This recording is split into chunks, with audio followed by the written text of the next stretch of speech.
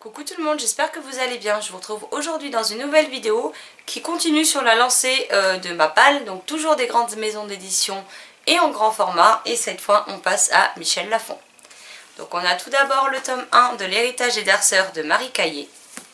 Mais également le tome 2 et le tome 3. On a ensuite Reviens-moi de Rachel Ward.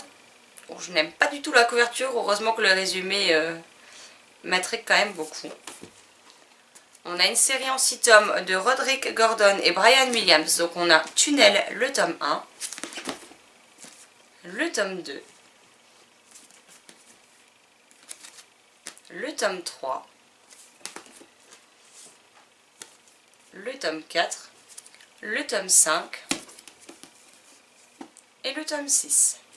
On a ensuite une duologie de Alexandra Bullen avec Fais un vœu, le tome 1 et le tome 2. Une autre duologie, donc la dernière guerre de Fabrice Collin avec le tome 1 et le 2. On a ensuite la série de Sissy Hunter, donc le tome 1, Né à minuit, le tome 2, le tome 3, le tome 4 et le tome 5 de la série principale, puisqu'il y a une autre série spin-off qui s'appelle Né à minuit Renaissance, et ils en sont au 2e ou 3e tome déjà paru, mais j'attendrai déjà de voir si j'aime la série principale. Nous avons ensuite Le voleur de cœur, donc pareil que Boys Out, hein. Vu que c'est le même auteur, je vous laisse lire le nom de son nom. Du coup je vous laisse lire son nom. On a Le Palais des Ombres de Maxence Fermine, que j'ai découvert sur la chaîne de Mathieu de Enjoy Books et qui m'avait donné envie de le découvrir, donc il n'y a plus qu'à. Zodiac, que j'ai gagné sur sa chaîne ou sur son blog, je ne sais plus. Donc de Romina Russell, le premier tome, donc je n'entends que du bien. Donc Marion, si tu passes par là, je suppose que tu vas me laisser un commentaire par rapport à ce titre. Et on a une trilogie d'Andrew Fukuda, où j'ai vu des avis beaucoup plus mitigés, puisqu'on a traqué le tome 1, le tome 2 et le 3. On a ensuite un roman de Seth Patrick qui est Les Revenants. Donc c'est d'après la série télé apparemment qui a fait un succès énorme. Donc on verra ce que ça peut donner. On a les tomes 4 du Pays des Contes de Chris Colfer et le tome 5. Sachant que le 6 est prévu pour mai. Donc ça arrive bientôt. Et ensuite une trilogie de Colin Meloy illustrée par Carson Ellis. On a Les Chroniques de Wildwood, donc le tome 1. Le tome 2 et le tome 3. Donc là pareil, ils sont assez lourds, mais j'aime bien l'effet, je sais pas si vous allez bien voir, mais l'effet vieux parchemin qu'il y a, et franchement j'aime beaucoup, et ça fait longtemps que ça me tente. Ça se passe dans une forêt, donc je me dis qu'au moins ça change un peu. Alors désolée, je bouge de position, mais vous ne voyez pas, mais j'ai des plis partout devant moi, je sais plus comment passer en fait.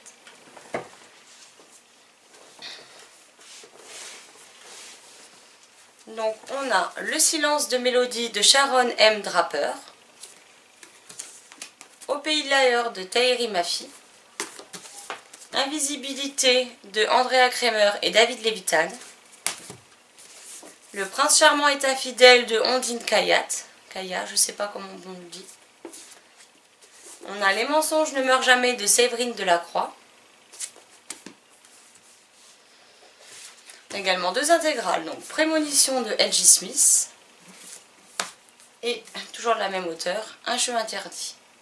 On a ensuite une série qui est sortie en 10 tomes aux États-Unis ou en Angleterre, je ne sais plus. Nous on n'en a que 9 et le premier je l'ai déjà lu, donc je vous présente les suivants. Donc on a Night World de L.J. Smith. Oui, j'ai eu une frénésie L.J. Smith à un moment donné, donc entre le journal de Stephen, le journal d'un vampire, les prémonitions, je vais regarder celle-ci, j'ai de quoi faire. Donc j'avais beaucoup aimé le premier tome.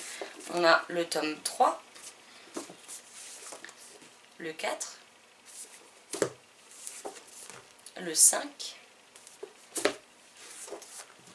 le 6. Et je viens juste de me rendre compte qu'en fait le 6 avait pris un coup de cutter dans la couverture et je ne l'ai même pas vu quand je l'ai acheté. Sachant que c'est un livre neuf, ça fait toujours un peu suer. On a le tome 7, le 8 et le 9. Donc, par contre, j'aime pas les couvertures avec des visages, donc vous vous doutez bien que c'est pas les couvertures que je préfère, clairement. On a ensuite une trilogie de Rachel Ward avec Intuition, donc le tome 1, le 2 et le 3. On a ensuite des livres d'une autre auteure que j'affectionne particulièrement, publié chez Michel Lafon, puisqu'il s'agit d'Alison Noël, avec Petit Bug entre amis, la duologie réunie en un tome de L'été où ma vie a changé, les 4 tomes du spin-off de la série que j'aime beaucoup, qui est Éternel. Donc on a Radiance le tome 1, le tome 2. Donc il faut savoir que ces 2 tomes étaient déjà lus. Et étant donné que je m'en souviens plus, bah, du coup je vais les relire pour pouvoir enchaîner avec les 2 derniers. Donc le 3 et le 4. Sachant que le plus gros c'est le premier et le 4 et que ça fait 200 pages, donc ça sera vite lu. Toujours de la même auteure, on a une autre série, donc c'est Les Chasseurs d'âmes, donc le tome 1, le tome 2, le 3 et le 4. On a également Les Héritiers d'Enkidief, de Anne Orbillard, donc le tome 1 Renaissance. Donc je n'ai lu que le premier tome des Chevaliers d'Émeraude, mais étant donné que je l'ai trouvé et que c'est la suite, je me suis dit que ça pouvait être sympa. Il faut d'abord que je me mette à jour dans les 11 tomes qui restent. Et un livre que j'ai acheté à Montreuil, sur lequel j'ai craqué, et il s'agit de Dari l'Ouvremonde de Olivier Perru. Et c'est pas Olivier, c'est Oliver. Je sais pas pourquoi à chaque fois je veux l'appeler Olivier, mais c'est pas grave. Donc c'est vrai qu'à l'achat il coûte un petit peu cher puisqu'il coûte 22,95 €, mais je trouve que quand on voit l'ouvrage livre, ça les mérite vraiment et c'est ce qui a motivé mon achat donc à Montreuil. Justine, si tu passes par là, tu vois, mon édition à moi est beaucoup plus fine en fait.